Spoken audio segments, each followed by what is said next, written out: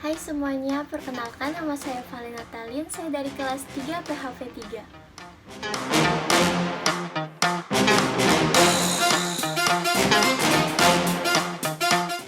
Di video kali ini saya ingin menjelaskan tentang sejarah rempah-rempah berada di Sulawesi, serta salah satu makanan dari Sulawesi yang mengandung rempah-rempah. Sejak dahulu kala Indonesia memang terkenal banget nih sama kekayaan rempah-rempahnya. Bahkan FAO pernah merilis pada tahun 2016 bahwa Indonesia masih menjadi negara terbesar keempat penghasil rempah-rempah dengan total produksinya 113.649 ton serta total ekspornya yang mencapai 652,3 juta US dollar. Karena kekayaan inilah yang memancing bangsa Eropa untuk datang ke bangsa Indonesia. Kedatangan mereka berambisi untuk memburu dan juga menguasai seluruh rempah-rempah di Indonesia dengan cara menjajah bangsa Indonesia. Karena rempah-rempah yang dimiliki bangsa Indonesia itu juga sangat banyak dan juga tersebar di seluruh wilayah. Sejak dahulu kala, Sulawesi memang sudah terkenal banget nih sama cengkeh dan palanya. Inilah alasan terkuat kenapa bangsa Eropa, terutama Portugis, datang ke tanah Sulawesi. Mari kita masuk ke sejarah rempah-rempah yang berada di Sulawesi. Nah, Sulawesi sendiri itu memiliki suatu pulau kecil yang dapat menghasilkan buah pala dengan kualitas terbaik nih, yaitu Siau. Kerajaan Siau sendiri didirikan pada tahun 1510 oleh Raja Langkong Banua II.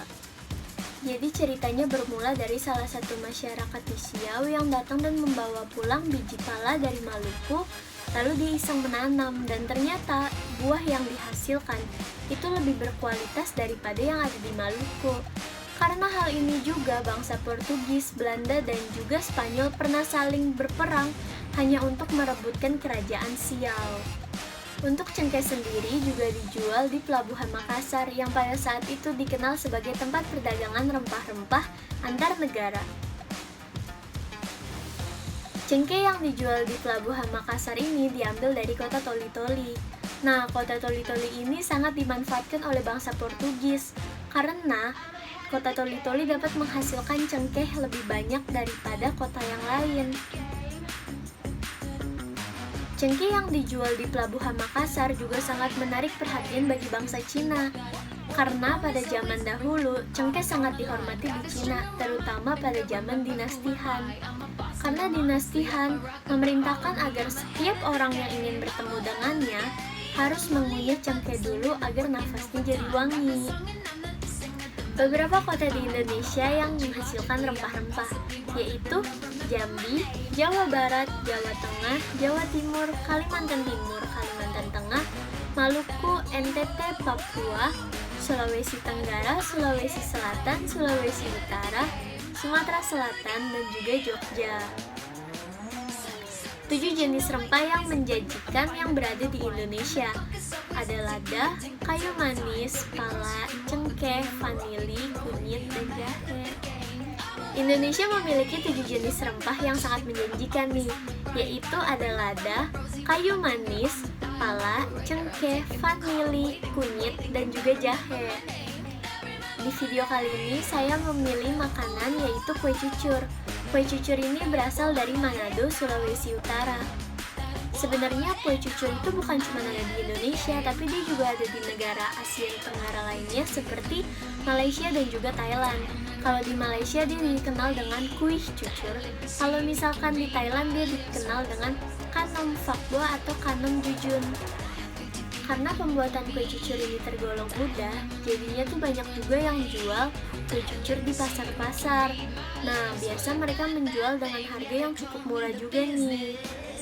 Nah, mari kita masuk ke cara pembuatannya. Pertama, bahan-bahan yang kita butuhin adalah 100 gram tepung terigu, 150 gram gula merah, 125 gram tepung beras, setengah sendok teh garam, secukupnya daun pandan, 1 sendok makan kayu manis, 250 ml air untuk merebus gulanya, dan juga 125 air untuk ditambahkan pada saat selesai di mixer. Mari kita masuk ke dalam cara pembuatannya. Yang pertama, campurkan tepung terigu, tepung beras, garam, dan juga kayu manis. Jika sudah, Maka rebuslah gula merah dan juga daun pandan hingga mendidih. Jika sudah mendidih dan larut, tunggulah hingga dingin, lalu masukkan larutan tersebut ke dalam tepung yang tadi. Lalu mixer selama 10 menit, setelah itu masukkan sebanyak 125 ml air. Jika sudah, diamkan adonan selama 2-3 jam. Jika sudah didiamkan selama 2-3 jam, ambillah 1 sendok sayur dari adonan yang tadi, lalu masukkan ke dalam penggorengan.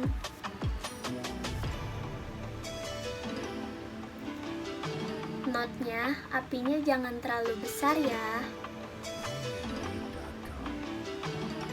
Jika sudah matang, angkat dan dapat disajikan kue cucurnya.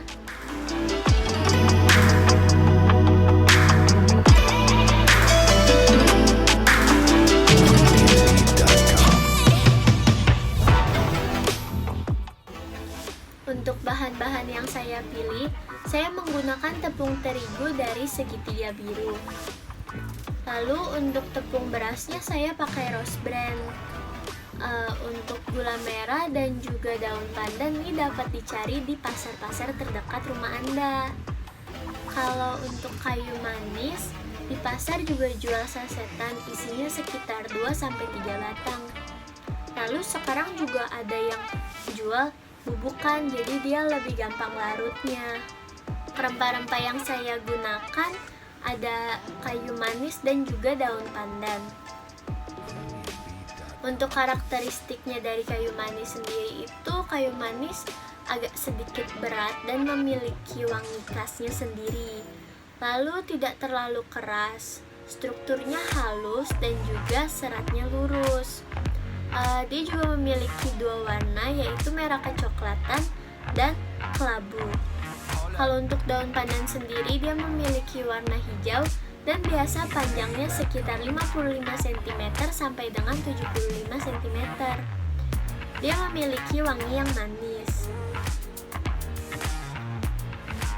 Bumbu yang saya gunakan hanya garam doang. Lalu untuk pewarna yang saya gunakan dalam masak kue cucur ini sebenarnya nggak ada sih. Dia kecoklatan itu karena ada gula merahnya, dan juga karena dia digoreng pasti jadi warnanya lebih coklat-coklat gitu. Cuman dari yang saya lihat-lihat juga ternyata ada banyak orang yang bikin kue cucur berwarna-warni kayak warna hijau. Nah itu dia biasa pakai pewarna dari pandan, tapi dia dari tetesan gitu bentukannya, bukan dari daunnya. Lalu ada juga yang warnanya pink. Nah itu juga sama, dia dari tetesan perwarna. Pesan saya untuk masyarakat dan juga adik-adik adalah kita harus bangga menjadi orang Indonesia, karena Indonesia sendiri saja dikenal dengan kekayaan rempah-rempahnya. Oleh karena itu, kita harus dapat memanfaatkannya dengan baik. Dengan mengkonsumsi serta memperkenalkan ke warga asing, kita dapat mengurangi jumlah impor bahan makanan dari luar negeri, serta dapat menyebarluaskan kuliner-kuliner asli dari Indonesia yang sangat enak. Sekarang kita juga hidup di zaman sosial media, di mana kita dapat belajar masakan Indonesia serta mempromosikan kuliner yang ada di Indonesia.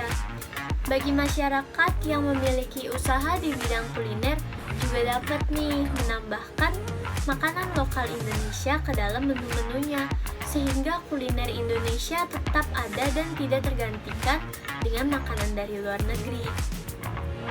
Jika kita tidak memulai, kuliner asli Indonesia akan hilang dan anak cucu kita tidak akan dapat merasakan nikmatnya kuliner asli Indonesia.